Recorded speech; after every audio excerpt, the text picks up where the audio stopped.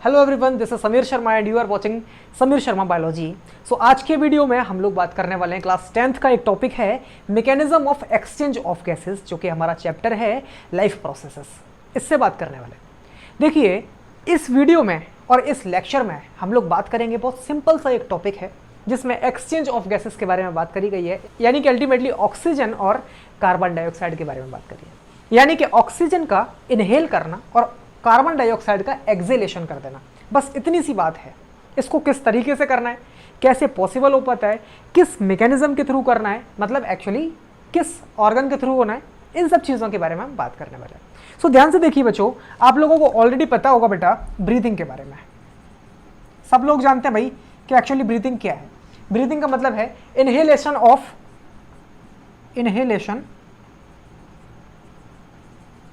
Oxygen and acceleration of carbon dioxide. Okay, इसके बारे में सबको पता है भाई। कार्बन डाइऑक्साइड का एक्सेलेशन हो जाना और अंदर ले लेना, यानी इनहेल कर लेना O2 को, इसके बारे में सबको पता है। Okay, so no problem breathing. अब हुआ कैसे यार, ये जो ऑक्सीजन अंदर गई है, सबको पता है यार, नाक के थ्रू जा रही है। जनरली हम यही करते हैं, माउथ से जनरली ले लेते हैं, बट एक्चुअली जो है वो नोज का यूज करते हैं हम। ओके, सो ध्यान से देखिए, ये जो हमारे नोज के पॉइंट समझिए, जिनको हम नॉस्ट्रल्स के नाम से जानते हैं, तो ये जो आपको दिख रहे होंगे, इनको हम किस नाम से जानेंगे बच्चों? नॉस्ट्रल्स। ओके, उसके बाद हम लोग आते हैं, थोड़ा सा आगे बढ़ेंगे तो नॉस्ट्रल्स जैसे अंदर हम इनहेल करेंगे तो ये वाला हमको पोर्शन मिलेगा, that is known as pharynx portion. क्या बच्चों? फेरिंग्स। इस पोर्शन को हम कहते हैं फेरिंग्स पोर्शन। इससे थोड़ा सा आगे बढ़ेंगे तो ये वाला जो पोर्शन होता है, इसको हम किस नाम से जानते हैं? इसको हम लैरिंग्स के नाम से जानते हैं।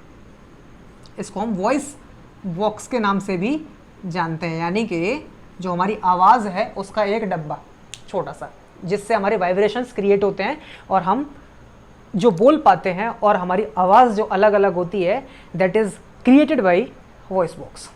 ओके बच्चों, उसके बाद क्या होता है कि जब ये जो एयर ली गई है, यानी कि in the form of oxygen, या फिर जो एयर ली है वो आगे बढ़ती हुई आएगी from the nostril to pharynx, pharynx to larynx. उसके बाद आप देख पा रहे हैं ये जो पोर्शन है, इसको हम जानते हैं ट्रैकिया के नाम से।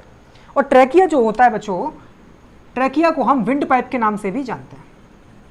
ये है ट्रैकिया, और trachea is also known as wind pipe. जिस तरीके से जो हमारा ईसोफेगस था, एक्चुअली क्या होता है डाइजेशन के केस में, अगर हम इसको लेते हैं then it is called oesophagus, जिसको हम फूड पाइप के नाम से भी जानते हैं। ओके, अगर हम इसको जो एक्सचेंज ऑफ गैसेस के तौर पर लेंगे और जब इस पे एयर की बात करेंगे, हम अभी फूड नहीं जा रहा है, एयर अगर जब इसमें जाएगी then it will be called trachea. Okay, इस चीज में तो कोई आपको डाउट होगा नहीं। चलिए आगे बढ़ते हैं। आप देख पा रहे हैं ये जो ट्रैकिया है, ये अपने आप को इसने दो पार्ट में डिवाइड किया। ओके, इसका जो एक सिंगुलर पोर्शन होगा, इसको हम किस नाम से जानेंगे? इसको हम जानेंगे ब्रोंकस के नाम से, BRONCHUS। ओके, अब ये दो पार्ट है, अगर दोनों को एक साथ बोलेंगे देन इनको क्या कहेंगे? हम ब्रोंकाई कहेंगे। क्या बोलेंगे बच्चों? ब्रोंकाई। जिस तरीके से हमारा रेडियस होता है सिंगुलर और रेडिया हो जाता है प्लूरल, सिमिलरली ये भी है कि ब्रोंकस हमारा सिंगुलर और ब्रोंकाई हमारा प्लूरल। आप देख पाएंगे इसके आगे जो ये ब्रांचेस आगे बढ़ी हैं, तो आप देख पाएंगे यार कहीं ना कहीं ये रूट्स के फॉर्म में आगे बढ़ती चलेंगी, ब्रांचेस बनती चली गई हैं। तो ये जो ब्रांचेस आप देख पा रहे हैं, यानी कि जो ब्रोंकस है, ये अपने आप में डिवाइड इसने किया खुद को और बनकर क्या तैयार हो गया? ये ब्रांचेस बनकर तैयार हो। और इन ब्रांचेस को हम किस नाम से जानते हैं? इनको हम जानते हैं ब्रोंक्यूल्स के नाम से। किस नाम से? ब्रोंक्यूल्स। ओके, अब जो ब्रोंकाई है या फिर ब्रोंकस है, इसने अपने आप को और सब डिवीजन इसके कर लिए, और इन सब डिवीजन्स को हम ब्रोंक्यूल्स के नाम से जानते हैं। और ब्रोंक्यूल्स जो हैं, ध्यान से देखिए आप, ये जो ब्रोंक्यूल्स आ रहे हैं, इनमें हर जगह पर एक ये बलून लाइक स्ट्रक्चर लग रखा है। ये वाला, ये जो भी आप देख रहे हैं, जितने भी बलून लाइक स्ट्रक्चर हैं, इनको अल्टीमेटली हम किस नाम से जानते हैं बच्चों? इनको जानते हैं हम एल्वियोलस। अगर सिंगुलर है देन एल्वियोलस, और अगर प्लूरल फॉर्म में बोलेंगे तो इसको क्या कहेंगे हम? एल्वियोलाई। ओके, तो इसमें और इसमें सिमिलर एक ही चीज़ है, कोई दिक्कत नहीं है। जैसे ब्रोंकाई और ब्रोंक्यूल समझ में आया होगा आपको, इसी तरीके से ये जो बलून लाइक स्ट्रक्चर है, इनको किस नाम से जानते हैं हम? एल्वियोलाई। ओके, अगर ये प्लूरल है तो, और अगर सिंगुलर है देन एल्वियोलस। ओके, तो कहीं ना कहीं ये जो सारी चीज़ें मैंने बनाकर तैयार करी हैं, इन्हीं की वजह से और इन चीज़ों को समझ पाएंगे हम इस मैकेनिज्म में, क्योंकि अल्टीमेटली इन्हीं का पूरा फंक्शन है। अभी मैंने आपको क्या बताया, ध्यान से समझिए कि जो नॉस्ट्रल्स हैं इनके थ्रू एयर अंदर पहुंची, ओके, यानी कि जो एयर आगे फेरिंग्स से होती हुई लैरिंग्स तक पहुंची, लैरिंग्स से होती हुई ट्रैकिया तक गई, और ट्रैकिया से ये दो पार्ट्स में डिवाइड हो गई, बोले तो किस में, ब्रोंकाई या फिर ब्रोंकस में सिंगुलर डिवाइड हुई, और अंदर ही ब्रोंकोल्स में जाती जाती कहां पर पहुंची है, ये पहुंची है जाकर एल्वियोलाई पर। और एल्वियोलाई एक ऐसी जगह है, एक साइट है, एक खास एक ऐसी पॉइंट है जिस जगह पर एक्सचेंज हो पाएगा। ध्यान से समझिएगा। अब मैं इस एल्वियोलाई का जो इतना सा स्ट्रक्चर है, बहुत छोटा सा, इसको मैं इतना बड़ा करके बनाता हूं, ओके, ताकि आपको और ज्यादा अच्छे से क्लियर हो सके। तो कुछ चीज को मैं रफ करता हूं, ये थोड़ा सा देखिए। मैकेनिज्म अगर आपके दिमाग में एक बार बैठ गई तो आप अपने हिसाब से सब कुछ लिख सकते हैं, ठीक है। देखिए ध्यान से, तो जो एल्वियोलाई मैंने यहां पर इतनी छोटी बनाई है, इसको मैं थोड़ा सा बड़ा बनाता हूं आपको, ये समझिए। ये जो है ये एक एल्वियोलाई है, ओके। अब हर एक जो एल्वियोलाई होती है, इसके आसपास ब्लड की कैपिलरी होती है, हर एक एल्वियोलाई के पास कैपिलरी बहुत पतली सी होती है। और जो मैंने लाइव लेक्चर लिया था, आपको वहां पर लिंक इसके डिस्क्रिप्शन में मिल जाएगा, आप वहां पर जाके चेक कीजिए, जहां पर मैंने वीन्स और कैपिलरीज पढ़ाया आपको, और आर्टरीज के बारे में पढ़ाया हूं। वहां पर मैंने कैपिलरीज के बारे में बहुत अच्छी तरीके से डिस्क्रिप्शन दे रखा है, आप उसको जाकर देख सकते हैं, ठीक है। तो कैपिलरीज जो होती हैं वो हमेशा इस एल्वियोलाई के बिल्कुल पास में होती है। और सबसे बड़ी चीज, ये जो एल्वियोलाई है बेटा, इसमें ये क्या होते हैं, बहुत छोटे छोटे से ये पोर्स होते हैं। ध्यान से देखिए, ये बहुत छोटे छोटे से पोर्स होते हैं, और सबसे बड़ा खेल जो होता है वो इन पोर्स का ही होता है। और ये जो पोर्स यहां पर है, इसी तरीके के पोर्स जो होते हैं वो इस कैपिलरी पर भी होते हैं, ठीक है। और इस एक्सचेंज ऑफ गैसेस के मैकेनिज्म के बाद मैं आपको कराऊंगा जो ट्रांसपोर्टेशन है एक्चुअली ब्लड का, जो ह्यूमन बींग्स में होता है, उसको मैं बहुत अच्छी तरीके से आपको समझाने वाला हूं, मजा आएगा उसमें, ठीक है। सबसे पहले लेकिन यहां पर क्लियर हो जाना चाहिए, बिकॉज जो ऑक्सीजन है वही तो ब्लड में होता हुआ अंदर पहुंचेगा, और हमारी बॉडी में जहां जहां ऑक्सीजन की नीड होगी उसको कंप्लीट करवाएगा, ठीक है। तो ध्यान से देखिए, यहां पर जब भी एल्वियोलाई तक पहुंचा, अगर कोई एयर है, एयर गया, इसका मतलब यहां पर ऑक्सीजन की जो मात्रा होगी वो ज्यादा होगी, ओके। ये जो आप O2 देख पा रहे हैं यहां पर ज्यादा है। अब ध्यान से समझिए, जो हमने एयर लिया है उसमें ऑक्सीजन का अमाउंट ज्यादा है। अच्छा, कभी कभी आपके दिमाग में ये भी डाउट आता होगा कि यार अगर हम जो एयर लेते हैं उसमें तो कई सारी गैसेस होती हैं, फिर सिर्फ ऑक्सीजन ही अंदर क्यों जाता है? इसका बेटा ये एक आंसर है कि ऑक्सीजन जो है एक्चुअली वो आपको पता होगा कितने अमाउंट में प्रेजेंट होता है। एक अगर एटमॉस्फेयर की बात करें 78% नाइट्रोजन होता है, 21% क्या होता है हमारा ऑक्सीजन होता है, और बाकी का बचा हुआ अदर गैसेस में आता है। तो नाइट्रोजन का एक काम ये होता है बेटा, वो रिएक्ट नहीं करती है हमारी बॉडी में अंदर जाके कभी भी। तो नाइट्रोजन जैसे बॉडी में जाती है वैसे ही बाहर आ जाती है, उसका कोई फायदा नहीं होता है, सिर्फ ऑक्सीजन और कार्बन डाइऑक्साइड का खेल चलता है। तो ध्यान से देखिए कैसे कि यहां पर आपने छोटी सी एक मैकेनिज्म पढ़ी होगी क्लास 9th में, जिसके बारे में पढ़ाया जाता है डिफ्यूजन के बारे में। आप सब लोग डिफ्यूजन के बारे में अच्छी तरीके से जानते होंगे कि व्हाट इज डिफ्यूजन। कि डिफ्यूजन क्या है कि transference of molecules of solid, liquid और गैसेस। अगर एक जगह से दूसरी जगह पर मॉलिक्यूल्स ट्रांसफर हो पा रहे हैं, चाहे वो सॉलिड के हो, चाहे वो लिक्विड के हो, या फिर गैसेस के हो, हर एक उस जगह से जहां पर कंसंट्रेशन उनका हाई है, और हाई से लो कंसंट्रेशन की तरफ जो मॉलिक्यूल्स ट्रांसफर हो रहे हैं, एक सॉलिड के, लिक्विड के, फिर गैसेस के आगे ट्रांसफर होना, उन्हीं चीज को हम किस नाम से जानते हैं? डिफ्यूजन के नाम से जानते हैं। तो यहां पर जो बेटा प्रोसेस हो पाती है, ऑक्सीजन जो अंदर पहुंच पाएगी ब्लड में, और ब्लड में जो कार्बन डाइऑक्साइड है वो बाहर आ पाएगा। वो कैसे आ पाएगा?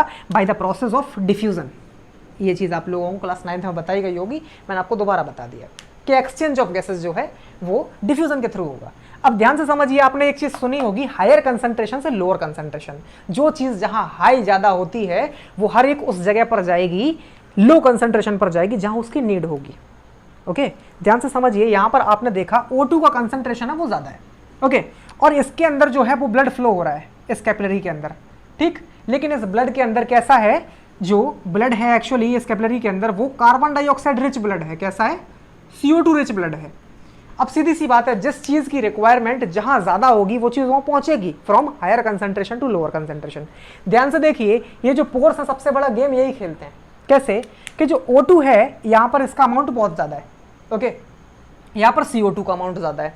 तो फिर होता क्या है बच्चों कि जो CO2 होता है वो इन पोर्स के थ्रू इस एल्वियोलाई में चला जाता है, और जो O2 होता है बच्चों, और जो O2 होता है, ये O2 इन ही पोर्स के थ्रू अंदर आ जाता है, किसमें, इस कैपिलरी के अंदर।